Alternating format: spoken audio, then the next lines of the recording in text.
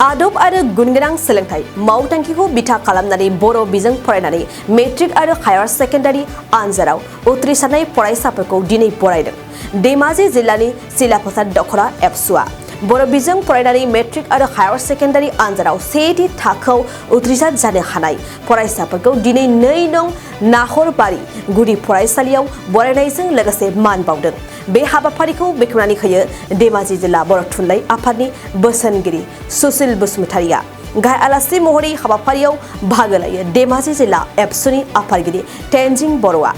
मख'नो गोनांदि दिनै सिलाफोथार दख'रानि सिङाव थानाय गासै माहारियारि आफादनि दैदेनगिरि आरो रायजो राजाफ्राबो बाहागो लानानै फरायसाफोरखौ बरायनाय हाबाफारिखौ गाहामैनो जाफुंसारहोयो। बे समाव धेमाजि जिल्ला दुलाराय बर' फरायसा आफाद आरो सिलाफोथार दख'रा दुलाराय बर' फरायसा आफादनि जानानै नोंथांमोन गासै रादाब बुथुमग्राफोरनिसिम साबायखर जासिबाय।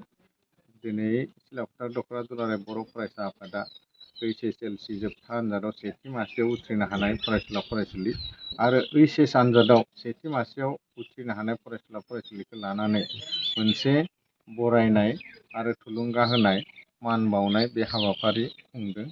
नैबे 2 नं नाहरबारि गुदि फरायसालियाव। दा बे 2 नं नाहरबारि गुदि फरायसालियाव बे ओनसोलनि गासै रायजो राजा आइ आफा बिदा फंबाय बिब' बिनानावमोनखौ लानानै सोलोंथाइ सांग्रांथिजों लोगोसे आदब आरो गुन गोनां सोलोंथाइ बेखौ लाफानानै दिनै मोनसे मोजां सावरायनाय बेवहाय जादों। बे हाबाफारियाव आंबो जिल्लानि आफादगिरि महरै बाहागो लानो मोनफानानै जोबोद गोजोननाय मोनदों। बेवहाय गासै बे गामिनि रायजो राजा आइ आफा सेंग्रा सिख्ला जोहोलाव आफादफोराबो मदद होलायनानै दिनैनि बे हाबाफारिखौ जाफुंहोदों। आरो बेवहाय जोङो हल सोलोंथाइनि सायाव गुदि फरायसालिनिफ्राय लानानै जौमा फरायसालिसिमनि गासै फरायसुला फरायसुलिफ्रा फरायनांगौनि जि बाथ्राफोर बे बाथ्राफोरखौ लानानैनो जोङो सावरायनाय जादों। आरो आंबो जिल्ला आफादनि दैदेनगिरि महरै बेवहाय बाहागो लानानै जोबोद मोजां मोनदों। जोंजों लोगोसे बर' थुनलाइ आफादनि धेमाजि जिल्लानि बोसोनगिरि, आइजो अनसाय आफादनि धेमाजि जिल्लानि बोसोनगिरि आरो बेवहायनो खौसेथि बर' सुबुं आफादनि दैदेनगिरि बिथांमोन आरो गासै 2-3 गामिनि रायजो राजा आइ आफा आफादगिरि गाहाय नेहाथारि गासैबो बाहागो लानानै दिनैनि हाबाफारिखौ खोब मोजां जाफुंनाय मोनदों। आरो दिनैनि सावरायनायनि गेजेरजों सोलोंथाइनि बाथ्राफोरखौ जोंनि उन्दै उन्दै गथ' गथायफोरा सानगोन। जोंनि बिमा बिफा दिथागिरिफ्रा उन्दै उन्दै फरायसुला फरायसुलिखौ फरायसालियाव फोरोंनायाव नोजोर होगोन। जोंनि बिमा बिफा दिथागिरिफ्रा जोंनि फरायसालिखौ नायफिनगोन। जोंनि सार मिस मेडाम मोना फरायसालिफोराव सम बायदियै फैनानै जेरै फोरोंनांगौ बेबायदि फोरोंगोन आरो बेखौ मिजिंथिदों दिनैनि सावरायनायजों बे जाफुंदों होननानै सानो। सासे फरायसाया गुन गोनां सोलोंथाइ लानोबा बेनि सोरगिदिं थासारिया माबायदि जानांगोन होनना सासे फरायसाया गुन गोनां सोलोंथाइ जुदि लानो गोनां जायोब्ला बेनि सोरगिदिं होननानै बुङोब्ला नों बिमा बिफाखौ जों गिबियावनो बुंनांगोन। बिमा बिफाफोरा सांग्रां जानांगोन। बे गथ'खौ मोजां दिथा लानो हानांगोन। मोजां थुखैयै लोबै फरायसालियाव लाबोनो हानांगोन। बे समाजा, बे गामिनि समाजा, बे बिमा बिफाफोरा गावनि फरायसालि इनफ्रास्ट्राकचारखौ नायथिंनांगोन।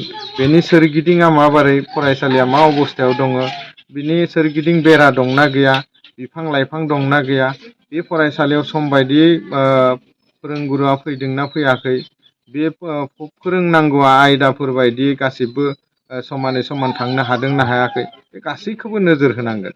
बेनि गामिनि रायजोफोर, बे फरायसालि सामलाय आफाद, बे फरायसालिनि फोरोंगुरुफोर, बे फरायसालिनिनो गासै दिथागिरि बिमा बिफा फरायसुला फरायसुलि गासिबो जुदि खौसेयै जाय जेरै मावनांगौ बेबायदि मावलांनो हायोब्लानो सोरगिदिं जौगानाया फैगोन होननानै जों साननो हायो। जाय फरायसाफोरा दाख्लै जि होनानै थांबाय Hslc आनजादाव जाय फरायसाफोरा फेल जानानै थालांबाय बैफोरबायदि फरायसाफोरखौ माबायदि मेसेज हरनो सानो?